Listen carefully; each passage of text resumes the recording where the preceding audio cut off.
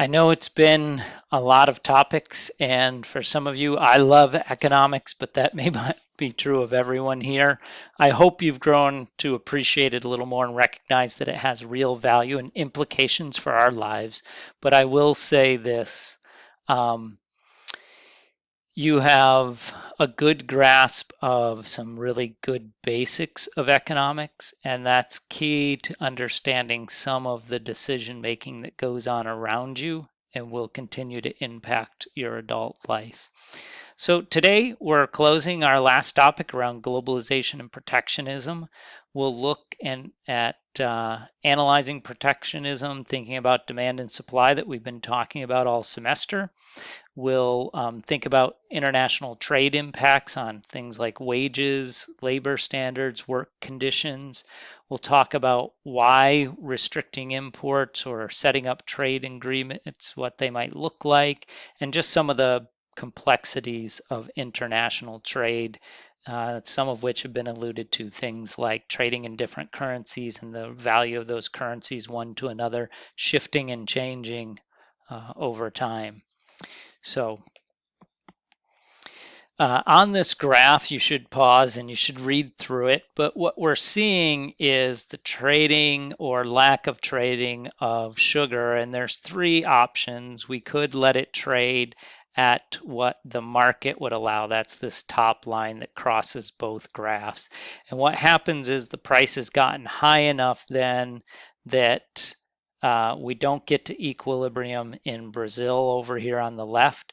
They have excess that they choose to export because their people are not willing to pay that price. They bring it over to the US and we get advantage over where we would have been without trade, in that we're paying a lower price for sugar here in the US, and therefore a lot more people who demand it can get it, so we can overconsume sugar. And this is what happens in real life to a degree. If Brazil decides, or a new government regime comes in and says it's unfair and we shouldn't have all this sugar leaving, they could put in some protectionism, maybe charging some sort of um, tax to the US to import sugar since it's in demand.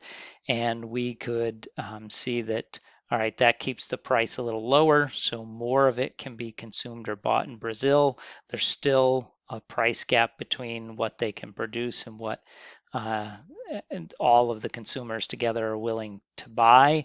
And so that extra could come over here. We still don't get as high as the price would be without trade, and we can still consume a little more, demand a little more, and get a little more sugar than we otherwise would have, thanks to Brazil at least selling us some, but keeping some of the benefit back to themselves in the form of some sort of tax or something for the U.S. to take that sugar from them. And then finally, if they stick with their equilibrium price, they'll produce at that level, not trade with us. We say we're not trading with you either. We don't like you anymore. They say they don't like us. We're not going to be trading partners. So we're only going to get the sugar we have internally or from other sources. We'll get to equilibrium, but at a higher price. So the price with free trade gives some gains. The gains are to the sellers over here, they're to the buyers over here in the United States, because the US buyers maybe had some more money that's then transferred over to uh, those sugar growing companies in Brazil. Now, my pie theory says that's great, they're happy, but if you are a sugar consumer, in Brazil, you eat things a little less sweet or you get sugar less often than you want. If you're a sugar producer in the United States or another part of the world, you might wish that you didn't have to compete with this low cost source of sugar. So there are winners and losers, and thus the complexity and the fighting in the international arena. And we are seeing a move towards greater protectionism, as often happens when there's recessions, struggle, conflict, or things like a pandemic. Um, so there are three groups of people who are impacted: workers in the area with comparative advantage. So high skilled jobs workers benefit from higher income, they get lower prices with trade, more variety. Workers in service areas that can't be outsourced, they get still lower prices of goods and services, and they don't get foreign competition for their jobs. And then there's workers in areas without a comparative advantage, and they benefit from lower prices of trade, but there are some things they give up. They often get lower wages. There's often fewer jobs available. So again, winners and losers. Sweatshops we talked about briefly last time. Um,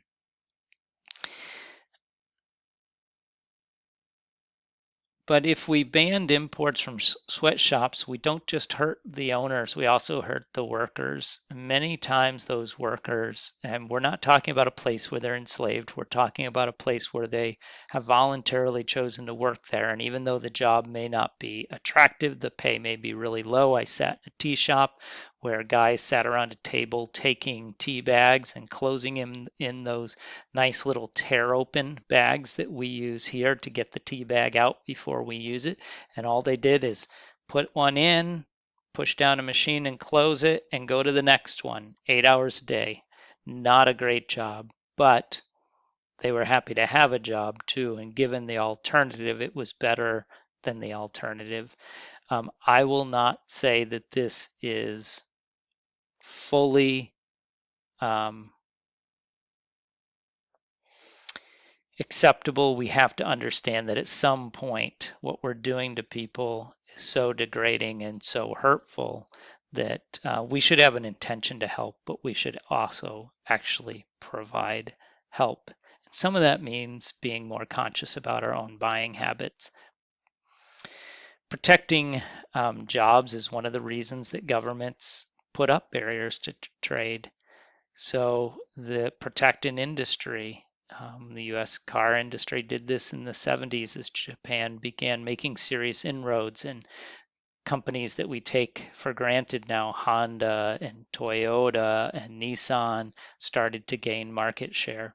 Um, Protecting sensitive industries. It could be a new industry like auto was in Korea when Hyundai and Kia first kind of came on the scene.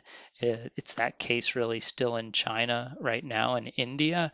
But artificial intelligence is an infant industry, and many nations are kind of protecting that and helping those industries to try and be at the front edge of what's happening in those new technology areas.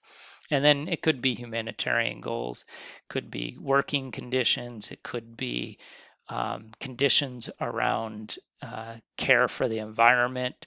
It could be that there is lack of freedom at some level that is causing one country to put up barriers to the goods coming from another country to try and persuade for change in greater care for its citizenship. So other reasons, environmental goals, which I've made mention of, it could be safety goals. If something is coming out and it's too harmful, I think of cribs when I was growing up, but poisonous chemicals and things that maybe are more harmful. And as we learn that, we want to ban those in our country. And so we will not allow trade utilizing those chemicals. It could be to stop unfair business practices where sometimes governments subsidize and allow companies choose to lose money for a time to gain market share and brand recognition, and they'll dump their product in an effort to push their competitors out of business. It could be a national security concern. And you may have heard talk even in the last year about Huawei and whether that technology may be infringing on sensitive data and personal information, and whether that would be getting back to the Chinese government through Huawei's corporate structure. But the need for national security is really important. And then finally, it could just be a cultural um, rationale. Japan has a long history of rice, and wanting to keep that culture alive may mean putting barriers in place for other low cost growing areas to import their rice to places like Japan. Regional, national, and global trade agreements, agreements between multiple countries is pretty common. Here are some historic examples. You can pause and kind of read through them. The European Union works as one. The NAFTA, which is now the um, Mexico, Canada, United States uh, free trade agreement is newly put in place, but these allow for trade between multiple countries under similar rules and are important for products and services in particular moving around, and sometimes people and capital, like in the case with the European Union. Um, and you can kind of see pictures of what those look like. Types of economic integration. So these regional trade agreements are very common in the world, but free trade areas where there's no tariffs or quotas on imports, that is a little more specific. And NAFTA was an example of that. Common markets, where there's free trade within group and common external trade policy.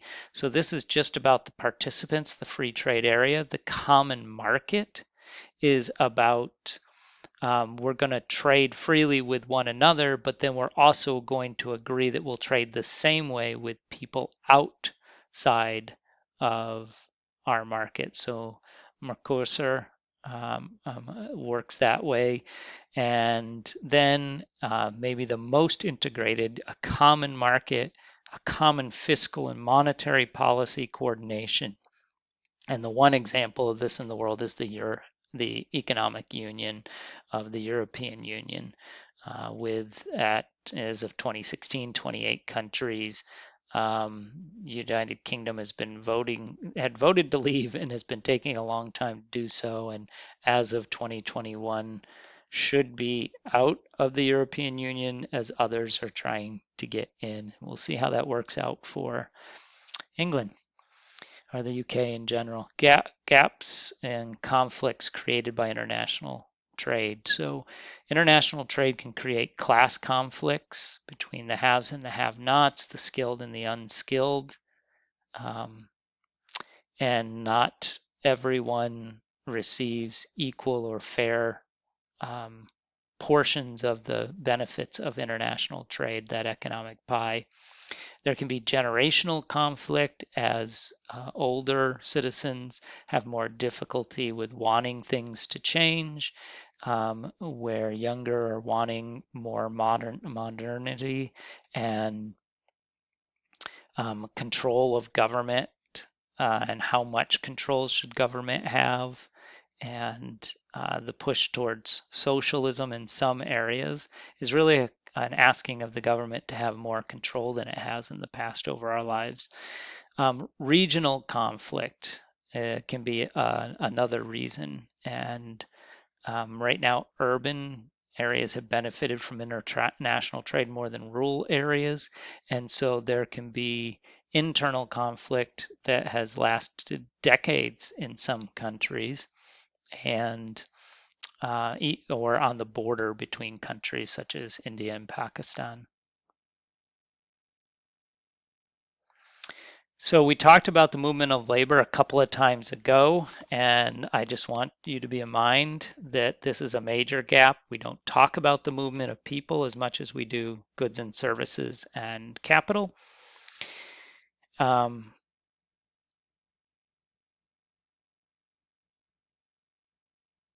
I would say that it's a reminder not all countries should be seen as perfectly equal based on the number of people that they represent.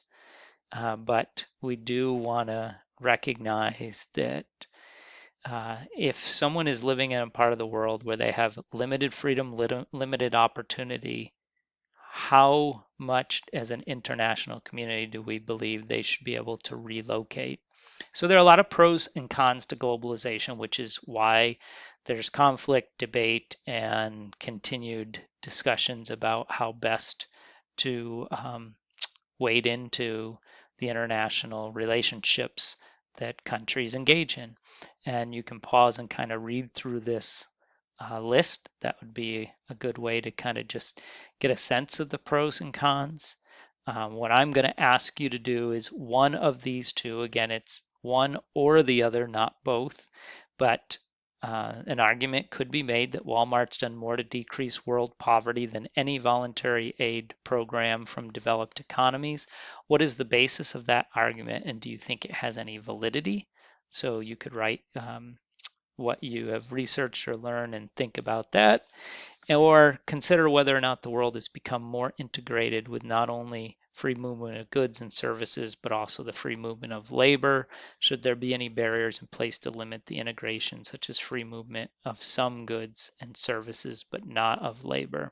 So it's similar to a question we discussed in an earlier chapter, but here you're thinking about what limits, what barriers should be put in place for goods, services, capital, and human labor or immigration. And that ends our final lecture for macroeconomics. I hope that you have had a great semester, and I am here and available if you have questions. I will look forward to seeing some of you in person in some of my other classes, and I hope that this is going to be a great summer for you as we head into the summer months. I hope that there's a sense of normalcy and health for you and your family and loved ones. Take care.